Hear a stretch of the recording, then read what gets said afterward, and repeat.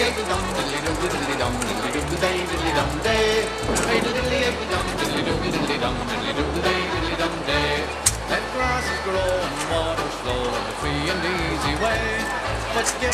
kind of serve towards the castle grounds, but more so these homes here, the old stone cottages.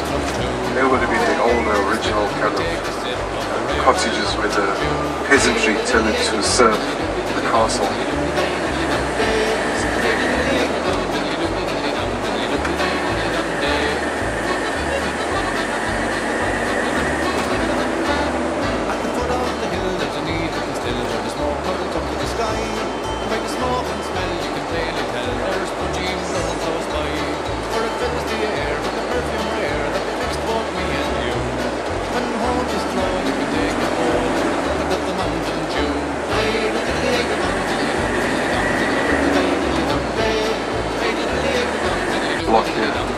Restoration project.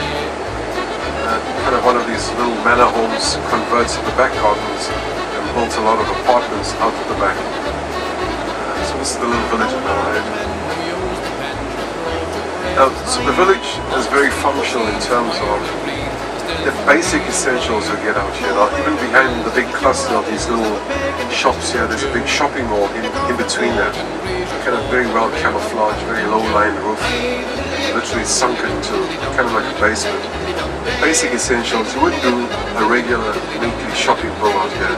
It tends to be a little bit expensive. You would do the migration in terms of going to Aldi and Lidl and the bigger stores for the main stuff, but just the basic essentials we get out here. People tend to use this village for weekends, or they come out just for a coffee, tea, or a little lunch. A few pints with your friends. That's my credit union right there. Those are my boys. They got my back. My back's covered by their folks. So That's the one they walk all over, isn't it? Yeah. Well, put it this way. They look after you. So you return. You do the same thing. You know. You keep the faith, as we say. You don't turn your back on your love. So, as you say in Ireland, you know where your bread is buttered. Yeah. And that expression too.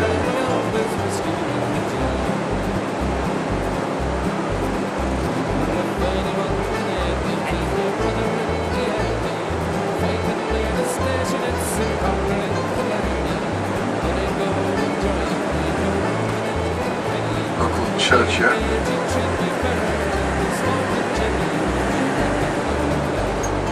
There's a local train station just to your right as well.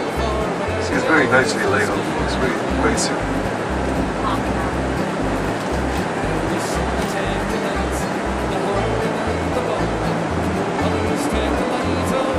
This is the back of the castle, just the left hand side here. Beautiful cricket pitches out here as well.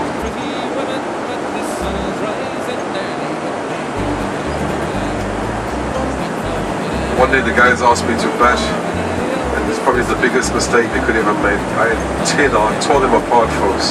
Yeah. Oh, I mean, I love the game. I grew up with the game of playing cricket. So when they gave me the bat, I said, I don't know what's coming your way. And they said, right, it's time to get off the field, Calvin. You've been there too long. Give the other guys a turn, like, you know. So you keep batting until they take the wicket off you. So the wickets is kind of little three stumps, and the whole idea is throw the ball and try and break the wickets. That's the way you get you out, or you either, what we say, it's a sixer, and that means someone actually catches the ball off your bat, and then you're out basically. Or they throw you out when you're running, and if you don't get to the stumps before they throw the ball at the stumps, you're out basically. That's kind of the basis of the rules. Sometimes you have limited overs where you can only play for 100, and the game's over, then it's the next group's turn. And the other times it's unlimited overs where you just keep batting and batting, and hopefully the other team comes in afterwards when everyone's out. Oh, when Christmas dogs stopped by the side of the road, confused we were on for miles. We were all rage We are Stone Age, we are wild.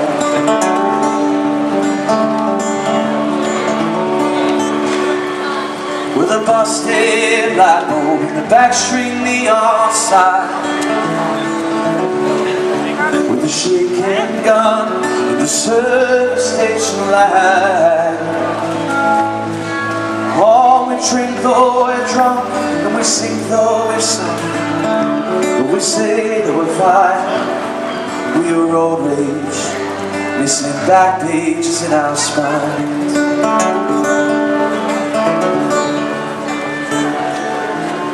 Oh, we long for sunlight over the hillside now. Oh, and we long for treasures in the roadside. Oh, we long for fairy tales and firesides. Oh,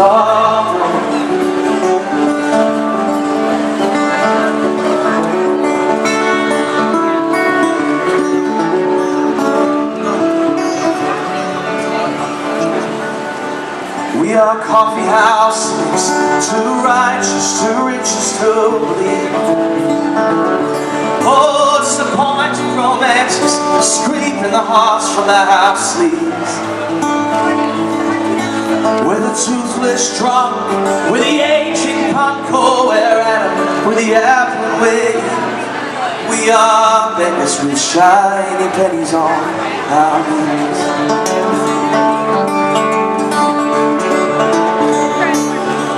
All we long for sunlight over the hillside now. Oh, and we long for treasures in the low tide. All we long.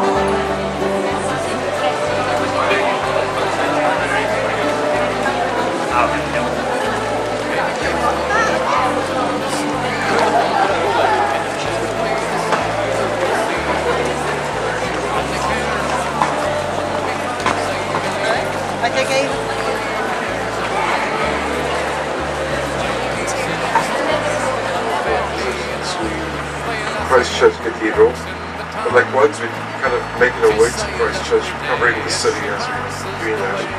I mean, hopefully just before 12 o'clock we should have been done with our tour of Dublin City. Some of you have included yourself for a visit to the Guinness Storehouse. If anyone else wants to join, let me know. We'll drop you off there as well, and we'll get you picked up later on as well. And then, if anyone's got a special request or want to see something, let me know, folks. We'll drop in and try and see what we can do to fit everyone's kind of last minute arrangements for this afternoon. Is that okay? Yep. So talk to me and we'll get it done. If you want to go for lunch somewhere, let me know. Whatever the case may be. We have lunch in Galway. Can we have lunch in Galway? That can be arranged. I'll get my Jeffs on the apron ready for us. What else? Okay, to yourself.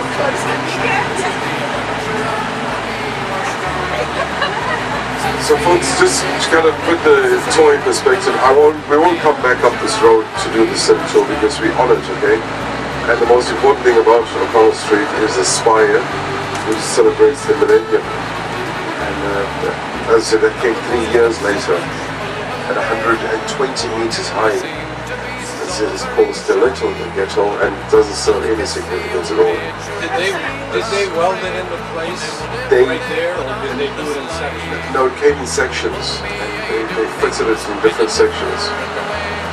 Apparently, the initial whole idea was to try and get people to the top as a lookout, and then that was cancelled because of insurances and all that kind of stuff. As you can see, they're busy putting down the new tram lines. In the middle of the road, there's a kind of an underground tunnel, a circular half-circular tunnel, but they fold it all in. Kind of crazy, but anyway. And to the right-hand side of our City Hall, folks, are one of the post office, the GPO. That was the place where the men, the freedom fighters of Ireland, 1916, went into that building and waved the flag and read out the proclamation of independence of Ireland. And they took advantage because a lot of the British forces were depleted in Ireland fighting World War I. And when they did that, they were executed for that. And who gave the order for execution? Because that was a stupid move on their part. They made them martyrs right away. That's what angered the whole nation, because British as well as Irish were angry because Ireland at the time was controlled by Britain, and the people said, that's wrong, how can you kill these men? These are all learned men. They're lawyers, they're teachers, they're doctors. You know, like, that you shouldn't do that, you know? And that's what basically made them martyrs, the fact that they were learned men. Did that come down from the crown to do that? Or that didn't come down from... No, there wasn't from the crown. There was a military decision, because they were considered as thugs or rebels. Get rid of them, you know, take them out. So for the past, this year now, as we kind of celebrate the centenary in terms of 100 years of independence, and a lot of stories are told around that particular time. So he has a statue of Daniel O'Connell. We went past his house, remember, in Carr Savine. And of course the river Liffey.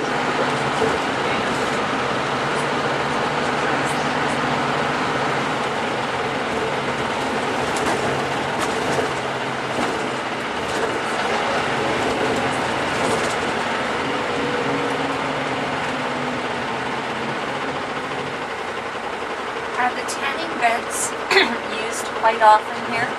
Oh, the tanning beds, yes, the tanning beds are very, probably one of the biggest popularities in Ireland, folks. If girls are going out for the night, that's fake tan.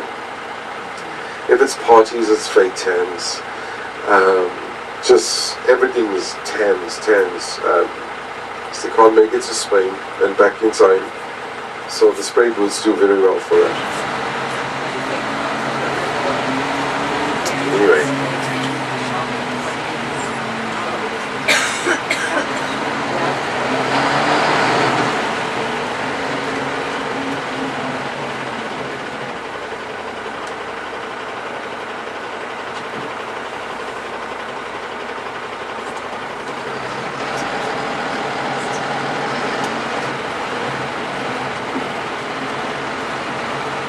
So here it comes to Trinity College on my left hand side.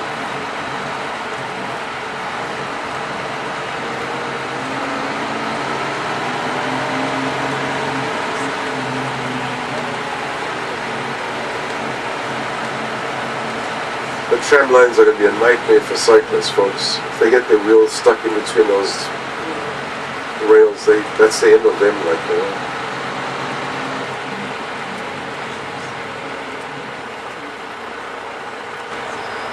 So just here in front of us, where you got this kind of big hole in the ground, this was an underground toilet before. And people used to call it the meeting of the waters, because they had a statue of Thomas More, who was a poet. And one of the headlines of his poems was called The Meeting of the Waters. And it was said how appropriate that Thomas More is placed over a male and a female toilet. And that was called The Meeting of the Waters. So that's Trinity to your left there. And then Dame Street to your right hand side. We're going for the Central Bank of Ireland.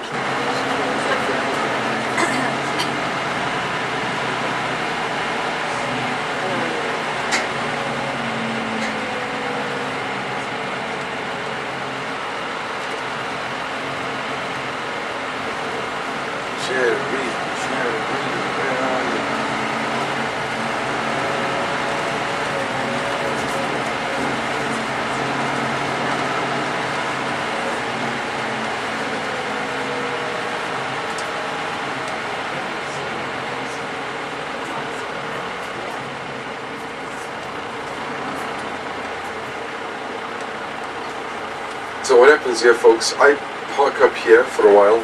Jerry walks you guys into the Book of Kells, and then he brings you back to me. And then we continue with the tour itself. That's the plan for this session of the morning.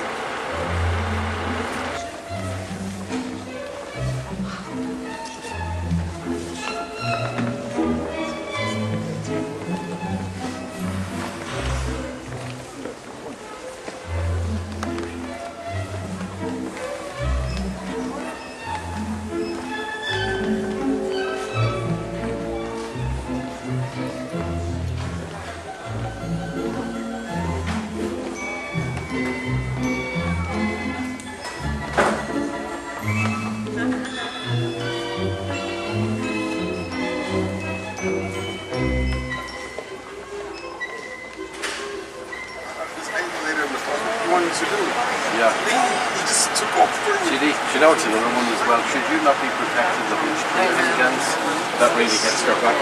Mind you, it gets my back up as well. See the amount of time they spend protecting those. Jerry, do we have 16 passengers? 16, was that the number count? I was trying to... That's the magic number. That's the magic number, Jerry. Do you have one of these weird counting systems again? 1, 27, 48, 30. It's like an American football team. Only James is the only one that's number Is it? 21. So there's 1 and there's 21. There's no 2. Calvin, they're so good. There's 8 on one side of the bus and 8 on the other side of the bus. This is brilliant. How good is that? Yeah. Okay. Just give us 30 seconds before we leave. This here in the night of police. Now, this doesn't feel like it's working, dude. You need to switch it on. Yeah, I did. Now talk, Jerry. Talk. So, yada. Okay, my microphone seems to be taking time to warm up. So, just to mention before we leave here, that if I had 1 hour to shop in Dublin, this is the street I'd shop on. Nassau Street, running along the side of Trinity, House of Ireland, Kilkenny Design Centre, Trinity Sweaters, Celtic Jewellery Store, Easton's Bookstore, all along here, I reckon, and a lot of guides reckon this is the single best. There we go, that's a whole lot better. Single best shopping street in Dublin. Down there on the left is are the playing fields at Trinity College. Up here to the right, Kildare Street. The Irish Parliament is there, and on either side of the Parliament, the National Museum, the National Library, the National Art Gallery and the Natural History Museum, and they're all free of charge. So I presume you guys have free time this afternoon. What you can be doing now as we spin you around Dublin, and I point out a few things, is you can be picking out, oh yeah, I want to go back to that this afternoon, or whatever. And this is one place you can come to, what we call Georgian or 18th century Dublin. There's the National Art Gallery entrance on the right. And the gallery, the museum and the library and the Natural History Museum, all around the same block, with the Parliament in the middle, and all those galleries and museums are free of charge.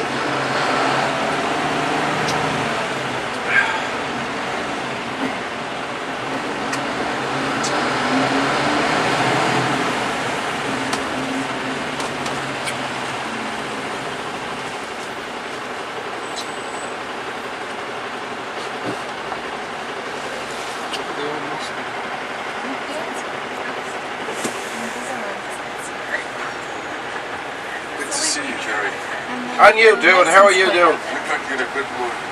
I'm in a good mood.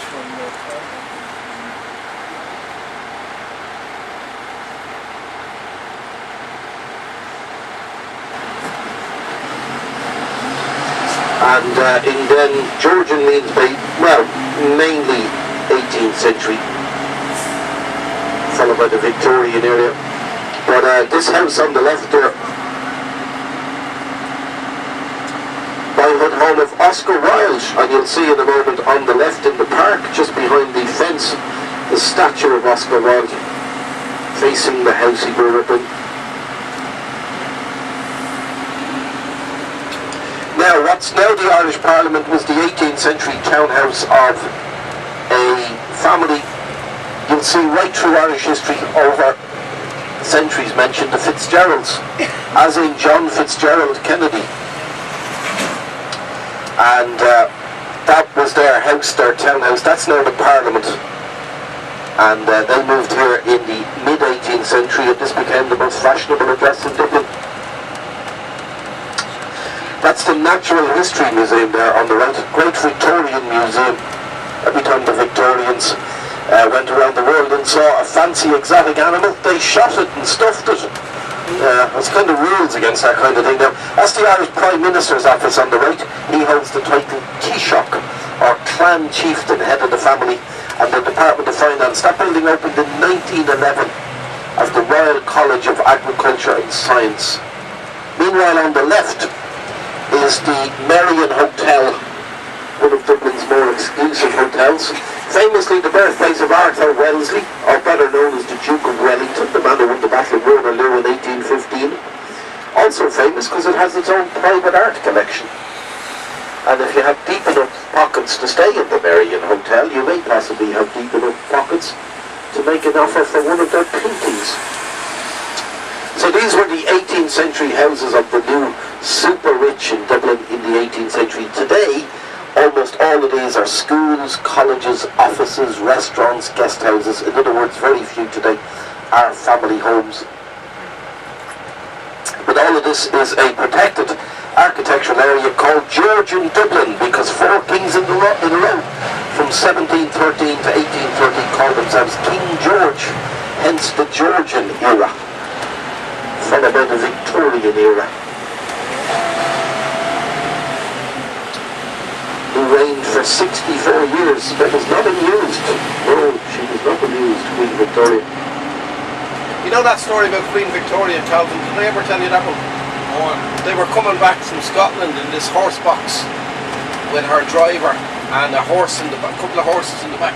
The next thing, the horse did this terrible big poopsie, and there was a shocking pong up in the front cabin with Queen Victoria and the driver, and a silence you could have cut with a knife. And eventually one of the driver, just to release the tension, said, or Queen Victoria I should say, to break the tension, just says, "Excuse me," and the driver says, "Begging your pardon, ma'am, but if you hadn't have said so, I'd have assumed it with the horse." I love that story about Queen Victoria. Now, the most famous of all the Georgian houses coming up here on the right, covered in ivy. Number 46. Have a look at the door of number 46. Today it's home to the Deutsche Irische Bundeshandelskammer, which I'm sure you know is the German Irish Chamber of Industry and Commerce. Anyway, just in front of us there, number 46. As the Georgian era went on, the sort of families in these houses started getting into competition with each other as to who could have the most elaborate balconies and who could have the most elaborate doors. In Britain during World War II, most of these balconies were taken off and melted down to make armaments, but Ireland was neutral in World War II, so our Georgian balconies survived. Yeah. Anyone want a picture? Anyone want to pop out for 2 minutes?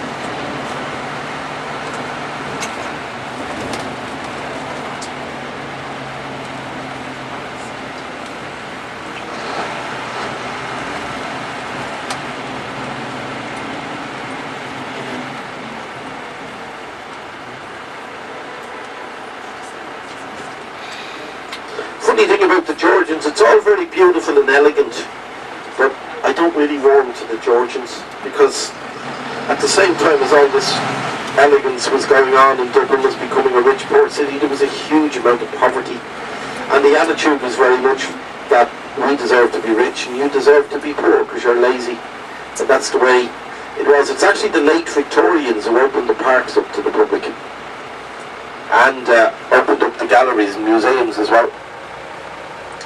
And most of all, to help relieve poverty, introduced a system whereby even the poorest of the poor got at least 4 or 5 years education.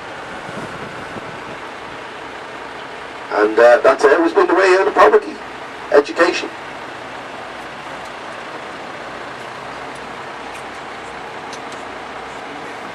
So I would prefer the Victorians, the late Victorians, to these Georgians. Lovely elegant city they built, but they built it for themselves.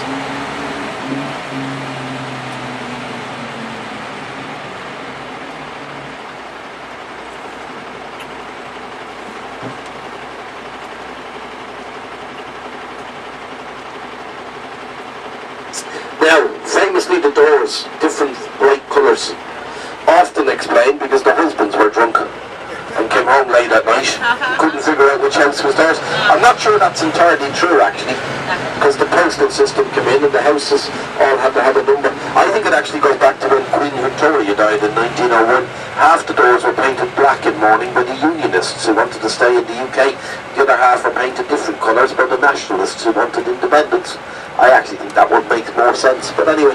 Now, Dublin's oldest park is about to go by on the right, St Stephen's Green. This was a medieval grazing area for the ordinary common people. Later, in the 19th century, it became the private front garden of the Guinness family. And the Guinness family home is going by here on the left. Now the Irish government's Department of Foreign Affairs, the cream-coloured building with the portico. Just after that, there's a grey building with a lion over the door, the old Catholic University, which became, in the 1960s, part of the University College Dublin. One of the last pupils to go to the old Catholic University. A 16-year-old girl who won a scholarship in the 1950s called Maeve Bunchy. And she wrote a book about her time there called Circle of Friends, later made into a film.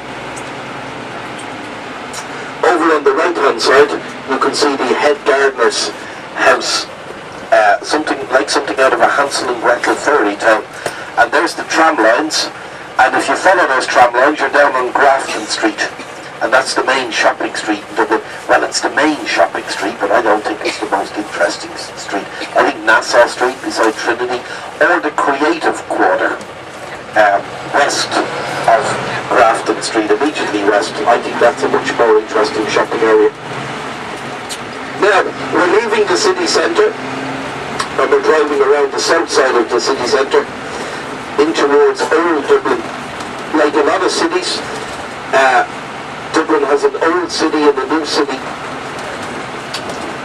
So we're heading towards Viking and medieval Dublin. Just down to the right is Dublin YMCA, where I worked for 5 years in the 1990s when I was a youth worker. Then I woke up one day and realised I just couldn't handle any more teenage crises. And I became a tour guide instead. Or as my mother says, I gave up listening and started getting paid to talk instead. She reckons tour guiding was the perfect job for me.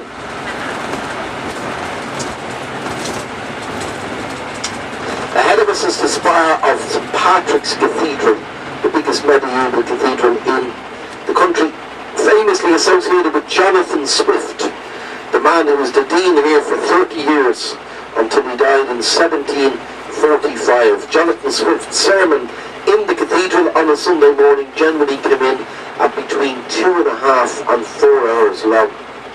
Yeah. So the joke in Dublin was that a Swift sermon was anything but. He's famous as the man who wrote the book Gulliver's Travels, often called the first great work of satire in the English language, first published in 1726. And it's about how the big guy, Lemuel Gulliver, doesn't understand the little guys, the Lilliputians. Gulliver's an Englishman, the Lilliputians are the Irish. And it's the idea that they always look at the world from a different angle and always end up misunderstanding each other. Or in the words of George Bush, misunderestimating each other even.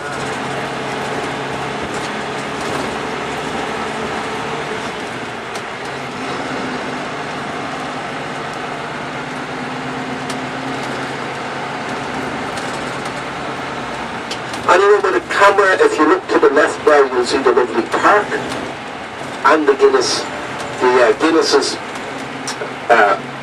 cleared the terrible slums, created the park and spent millions restoring the cathedral in the second half of the 19th century. They also built this social housing up ahead of us on the left. Part of a huge Guinness legacy to the city of Dublin.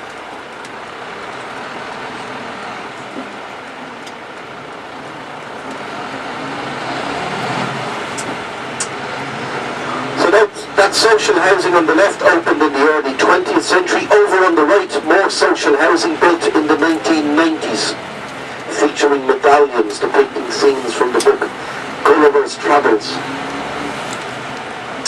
That school there is a technical school, training school for the children of a South Inner City Dublin, and also the country's first creche opened here on this site. And if you ever see a film set in old Dublin, they often use these buildings.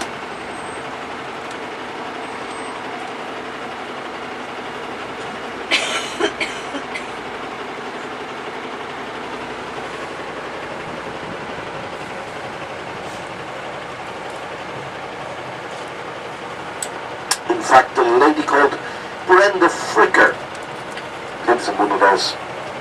She won an Oscar in 1990 for playing the mother in a film called My Left Foot, about a handicapped Dublin artist called Christy Brown. Just behind those apartments ahead of us are little 19th century workers' cottages. And a few years ago, a couple bought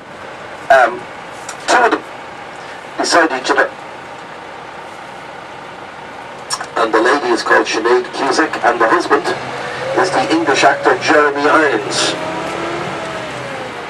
often seen strolling around this part of Dublin.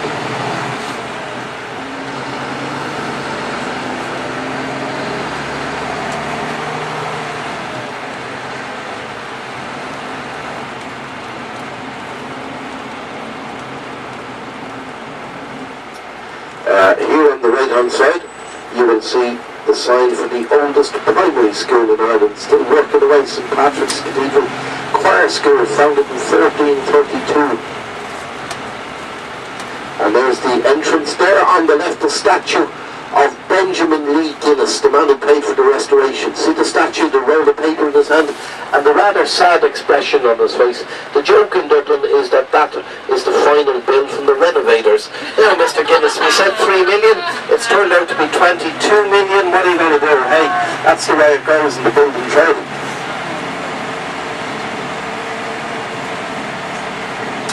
Archbishop Marsh's Library coming up here on the left. The first public library in Ireland opened in 1701. An archbishop with the wonderful name of Narcissus Marsh. In fact, his ghost is said to haunt the building, looking for a letter left by his niece, who ran away with a lonely cleric off to the West Indies to get married. They wanted her to marry a bishop or an archbishop, of course. That would have meant she would be marrying a guy 25, 30 years older than she was, which was common in those days. It's one of many famous old haunted buildings in Ireland. Any old building worth its salt has at least one ghost haunting it. That was always a great Irish curse. When somebody was about to depart this world, I'll come back and haunt you. Now, there on the right, the deanery where the dean lives. Jonathan Swift would have lived in that house about 300 years ago. Calvin, you see that light? Get the light, Calvin, get the light, get the light, get the goddamn light! Sorry. I got road rage every now and then. Kick Jerry off the bus. Kick him out. Kick him to the curb. I gave up driving in Dublin 12 years ago. I got out of the car and I just, it's hell. And it's even more hell at the moment because they're digging it right in the centre of Dublin to connect the two tram lines, which of course 12 years ago when they put the tram lines in, they forgot to connect them, which, you know, anyone can make a mistake in. That's why these guys get paid the big bucks. No ordinary person could be that stupid and incompetent. It takes a real special person to have that level of idiocy. But as the great Homer Simpson once put it, Marge, don't get me started on the government. I find the longer I live my life, the more I find myself quoting Homer Simpson for some reason. Now there's St Patrick's Cathedral going by. If you look closely, you'll see the stone is in different varieties. Some of it is quite old and rough cut, and some of it is much newer, straight cut and cleaner as well. All these cathedrals over the centuries have had to have numerous renovations done to them.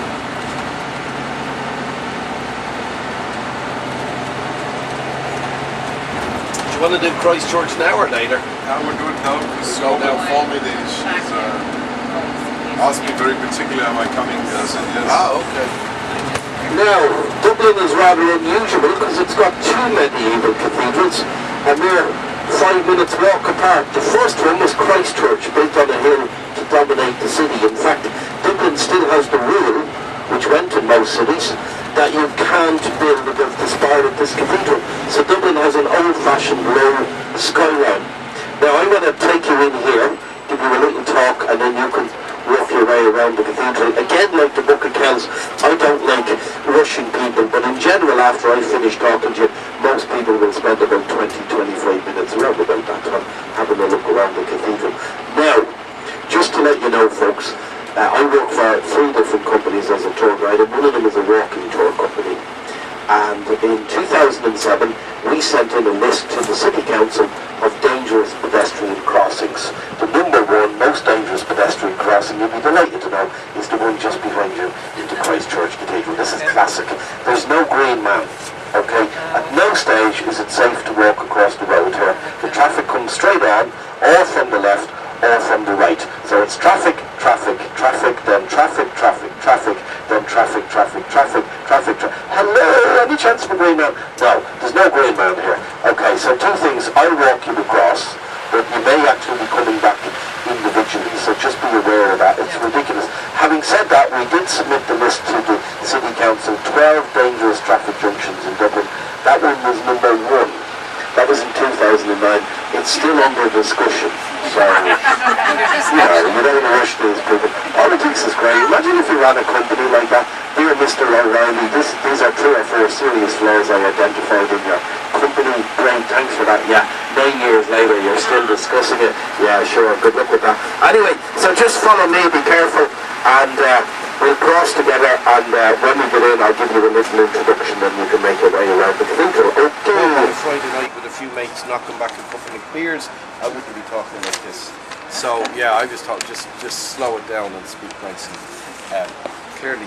Anyway, gang, I shall book you in and give you a little introduction, and then you can make your way around.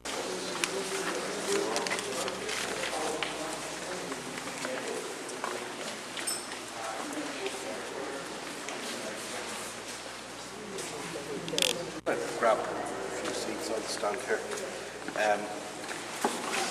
Every medieval cathedral that was ever built was built in the same design, east, west, and in a cross shape. Ironically, the Normans who built these cathedrals picked up this idea at the synagogues in Jerusalem when they took a break from the Crusades and slaughtering lots of people. Now, the Normans are the people that we remember for invading England in 1066 at the Battle of Hastings. They were descended from the Vikings. The Vikings first began to emerge in Western Europe about 700 AD, coming down from Norway and attacking and raiding the early Christian monasteries. The Vikings founded Dublin. Over time they converted and they became Christian, and they built a wooden church here on top of this hill, around about the year 1000 AD. Then, in 1066, the Normans invade England. The difference between the Normans and the Vikings was that the Normans, instead of attacking the Christian church, allied themselves with the Christian church and said, okay, we won't get our money from attacking the Christian churches and monasteries anymore, we'll get it by allying with the church, and we'll screw it out with the ordinary people instead. So in the Norman world, they created, if you ever go to medieval castles all over Western Europe, you will see everywhere the figure of a triangle. The Norman idea was that God created the church and the lords and the castles to rule over the ordinary people. So if you go to England, they have the House of Lords and the House of Commons. A small number of lords, and the rest of the people were the ordinary common people. So what the Normans did was they took the Christian message, which said that everyone mattered to God, and they turned it completely upside down and said, a few people matter a huge amount to God, that's the church and the lords in the castle, and everybody else doesn't really matter. Okay, and they told the ordinary people that unless they were very, very good, they would all burn forever in the eternal fires of hell. And this is in an era when most people live to be about 30 or 35. Okay, so the three great legacies of the Normans, they often talk about the 3 C's. They built the huge castles and cathedrals, and they organised the Crusades to Jerusalem. So one of the main ideas of these cathedrals was that the ordinary people out there living in mud huts and hovels walked into a place like this and went, and they felt really, really small and insignificant. And that's exactly the way they were meant to feel. They'd look at a huge castle, they'd look at the Dublin Castle. The old medieval castle went up in a huge fire, but the castle was about a 5-minute walk from here.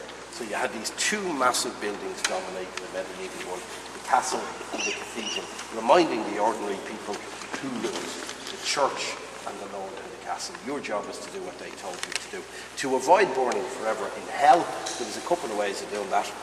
Join one of the religious orders, take part in the Crusades, or work, and even better, die building one of these cathedrals. And that's what happened. They were built with people about 1 step above slave labour, worked hard for long, hard days, shifting stones around, and a huge accident and death rate. Apart from the skilled guys, the master craftsmen who created the buttresses that took the weight from the roof down into the ground. And that's why books like the Da Vinci Code and that are all about that kind of stuff. Those were secret skills. Only a few select master craftsmen knew those skills of how these cathedrals don't collapse, because in some ways they should. I probably shouldn't be saying that, but it's true. And in fact, there was a huge amount of trial and error. Actually, when you look at it from the right angle, you will see that this wall here, if you go either to that end or that end, this wall here is leaning quite a bit. In fact, in the 19th century, they were worried that this cathedral was going to collapse and roll down the hill into the river. So around the same time, 19th century, that Guinnesses were restoring St. Patrick's, a whiskey distiller called Henry Rowe was restoring this cathedral as well. But that's the cathedrals. They were always built east to west and in a cross shape. The idea is that the sun rises to the east, out over Dublin Bay, and sets to the west. The original door and entrance was always the west, the Great West. The idea was to remind people that life was short, the sun would set on your life, you would be judged by God, and unless you were very, very good indeed, you could expect to be sent to burn forever in the eternal fires of hell, or as my father calls it, proper Christianity. You see? So, avoiding burning in hell, join the religious, work and even better die building a cathedral, or take part in the Crusades, which is why anyone who ever survived the Crusades, when they came home, they were buried with their feet crossed like that to show that they'd taken part in the Crusades. The problem for the church was the Crusades ended, and the church went back to saying to the ordinary people, you're all going to burn in hell. And that didn't go down very well. So imagine me as a bishop telling 1,000 people, by the way, you're all going to burn in hell. You're all, hold on. You see, suddenly you feel very, so they have a huge synod. And at that synod they announced that there was now a place called purgatory. And if you lived a very, very good life as an ordinary person, you could go to purgatory and you'd be purged of your sins. Then you get into heaven. And that sort of brought peace for a while. Till eventually a fellow called Martin Luther said, now this is all nonsense, he said. This is all made up nonsense. None of it's in the Bible. And Northern Europe split away from Southern Europe, Protestant, Catholic.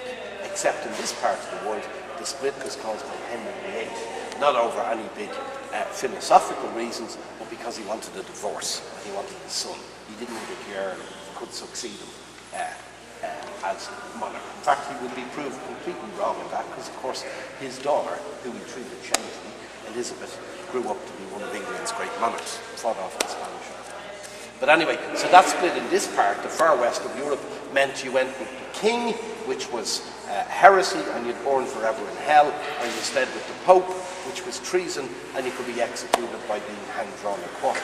Wasn't very nice at all. So it was a pretty horrible choice 500 years ago, but it split the church. The irony is that the church Henry founded, the Anglican Church, the differences between that and the Catholic Church today are minuscule.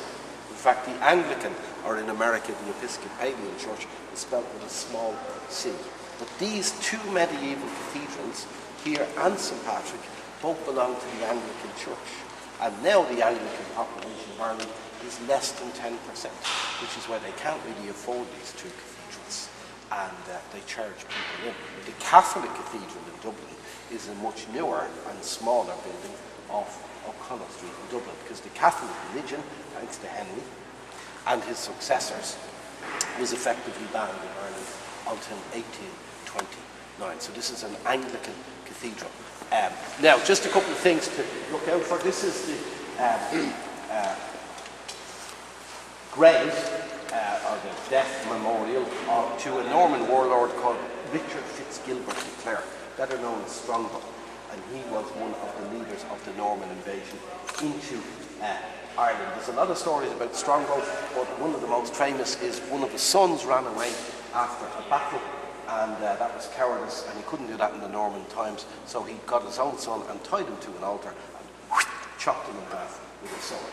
So he wasn't a very pleasant individual, Richard Fitzgilbert de Clare. And then downstairs, through the door there and down the steps, underneath us is a huge vault. There's a vault under this cathedral.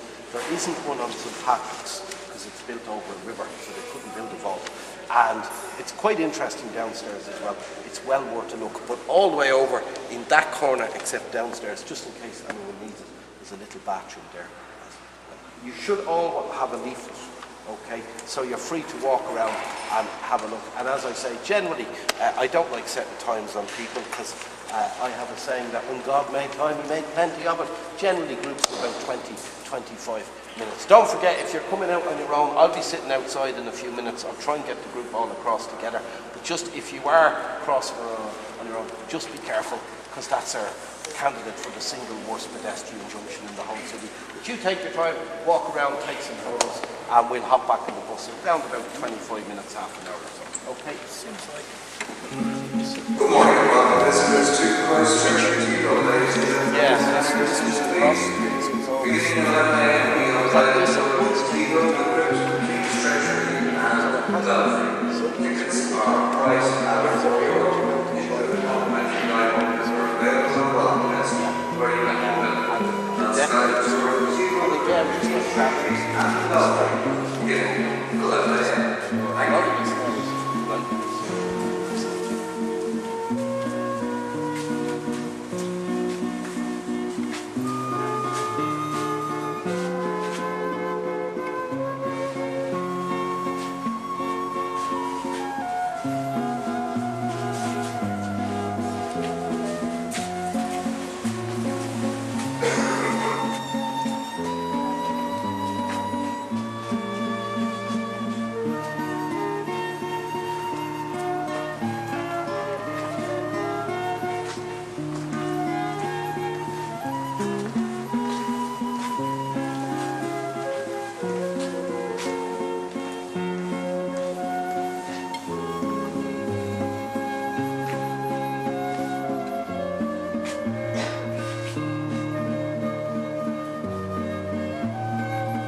Certainties are all out the window, Calvin. Jerry, they're going to have a re-election, Jerry. Can they? They're going to have a re-election. 300 million people when you can pick between Donald and Hillary. What a choice. Marge, don't get me started on the government. Now, speaking of the wisdom of government, in the 1970s our city council insisted they had to build those wonderful modern buildings there and nowhere else.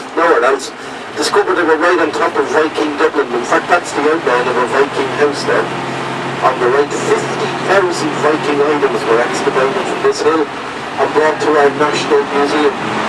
In fact, the street names here go back to Viking times. Cook Street, Wine Tavern Street, and Fish Amble or Fish Market Street.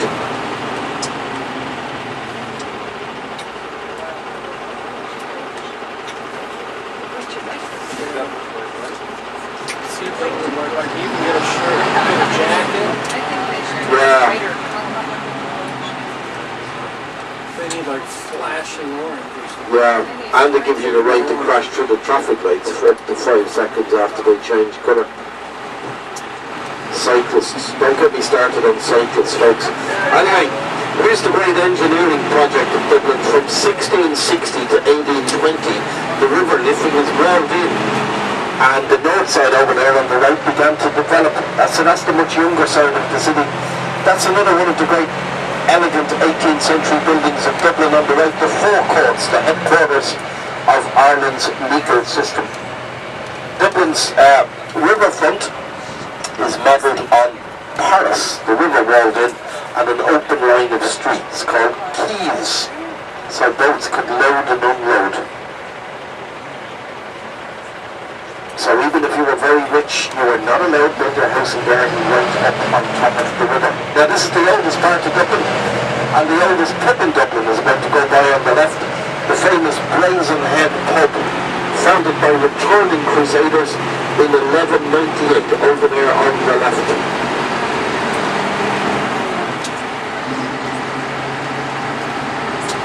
The river at the moment is sort of medium towards low tide.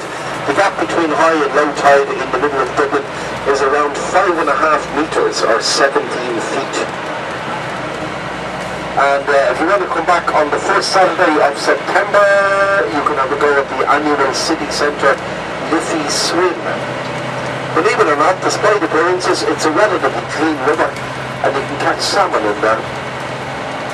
5 new bridges have gone over the river since 1999. This is one of them, in honour of the writer James Joyce. That bridge is named, and it's designed by a famous Spanish architect called Santiago Calatrava, who's known the world over. Going by on the left is the site of the Guinness Brewery, founded in 1759 by Arthur Guinness.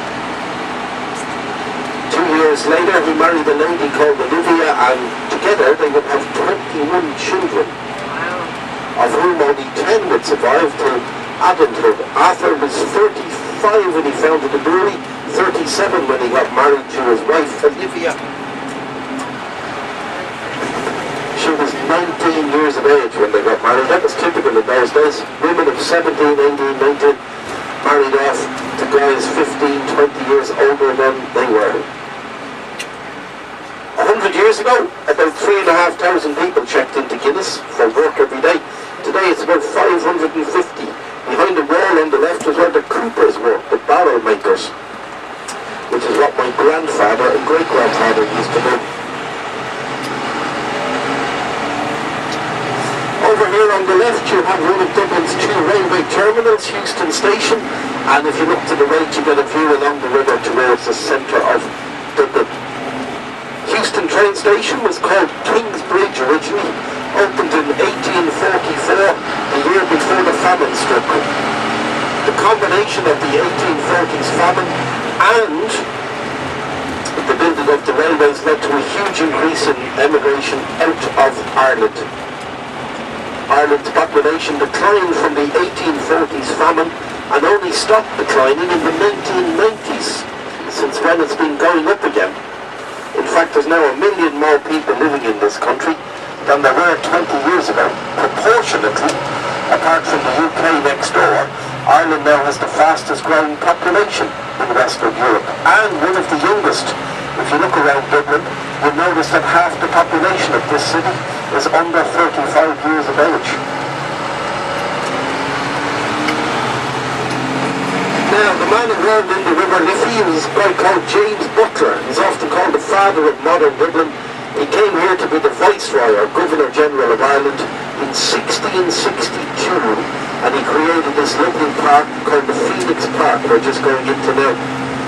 He built a wall around the park, 3 metres or 10 feet high, 7 miles or 11 kilometres long. So this park is 713 hectares or 1,752 acres, or 2¼ times the size of Central Park in New York. Over on the left is the second tallest stone obelisk in the world in honour of the Duke of Wellington, who was born in Dublin. That's the Wellington Monument. The tallest stone obelisk in the world is in Washington, D.C. That monument was completed in 1863, 2 years after the Duke of Wellington died at the grand old age of 82.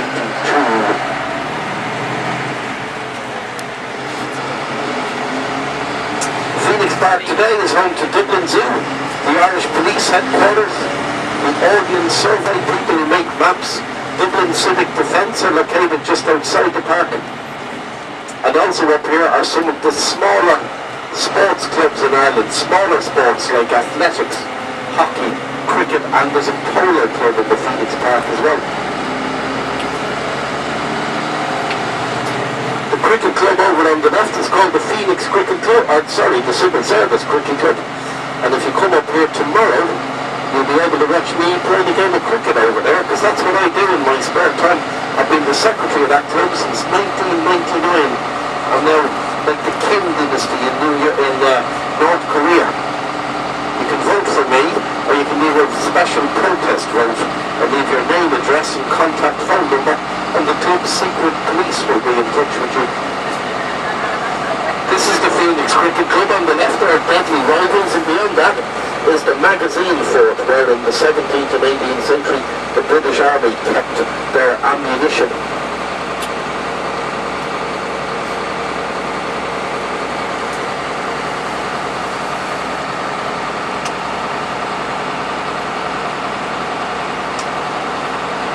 And over on the right is the All-Ireland Polo Club. I think it's called that because it's the only polo club in Ireland. Before it was a polo club, that's where in the 18th and early 19th century gentlemen used to fight their duels. At sunrise and sunset, walk 5 paces, turn and shoot, and all that kind of thing. Over there on the right, yeah. Over on the left, I'm keeping an eye out in case we see any of the herd of deer. There's still a herd of around 350 deer in the park. And they're always to the left, to the south side of the main road.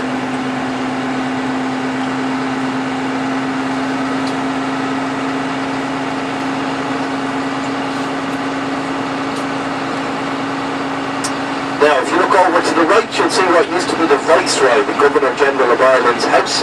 It's now the home of the Irish President. We'll have another look at that house in a few minutes. As we are coming back, we're going to do a loop here in the Phoenix Park.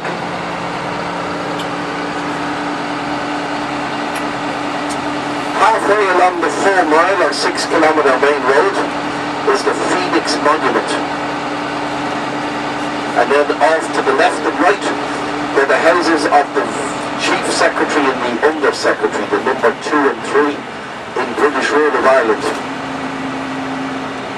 The Chief Secretary's house today is the official residence of the Ambassador of the first country to recognise independent Ireland. And that, of course, is the Ambassador of the USA. The current Ambassador is a man called Kevin P. O'Malley, an attorney at law from St. Louis, Missouri. It's always someone of Irish descent, and when they give out the ambassador's jobs, the Irish job comes way down the list. Everyone wants to go to nice, friendly countries like Iraq and Syria and Libya and such places, and who really wants to be the ambassador to Ireland? Just in case you didn't spot that one, folks, that's called irony. Now, in the 18th century, the British cleared this area of trees and made it into an army training ground area. And the generals built a little hill, and they used to watch cannons going off and cavalry charges. The ordinary poor people sat in the trees around the hill, around the open area. And then in 1979, a man called Carol Vachina stood here and said mass to around 1.25 million people just on that hill over there in September 1979. Off in the distance to the left, to the south, are the hills of County Wicklow. Excuse me, I thought they played hurling. They actually got iPhones on a stick. Yeah. That's a new sport.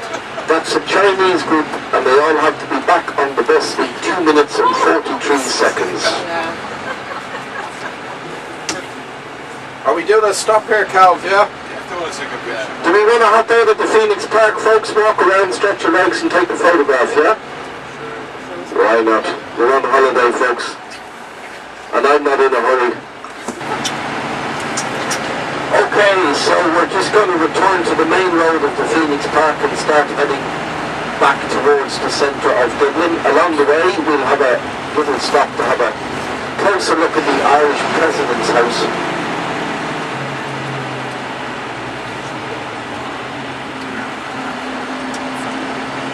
It's one of my favourite parts of Dublin, the Phoenix Park. In many ways, it's what makes Dublin such a huge park just west of the city centre. In fact, tomorrow from 12 o'clock to 4 o'clock, there's a family fun day out in the park. And before that, there's a little historic ceremony. A line of trees commemorating famous people and famous visitors to the park over the years. The Irish President will be at that, and I'll be at that as well, because I got an invitation in the post a couple of days ago, which is very nice. Well, actually, I might pass that one on to my sister and her kids, but anyway, we shall see. Now, let's have a look at the Irish President's house. Just here on the left is a gap in the trees. A couple of the things about this house. First of all, there's an optical illusion going on here, because it looks like you can walk straight into the house. You can't. Where the line of trees and hedges ends, there's a drop of about 3 metres or 10 feet, and there's a wall all the way around the house. To 18th century. The junior architect on that was a young man called James Hope, who then emigrated to America in 1805, opened up an architecture practice in Philadelphia, and in 1812 was given the job of building the new house of the American president, because the original had been burnt down by the British during the war. So the junior architect of that house was the senior architect of the White House in Washington.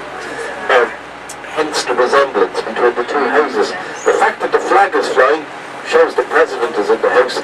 The president is the head of state and the head of the army. The Taoiseach is in charge of the government. He gets elected for 5 years. The president gets a 7-year term of office. The idea is that if the government ever misbehaved, the president could send the army in to run the country. It's never happened. It's never come close to happening. But anyway, that's the official residence of the Irish president.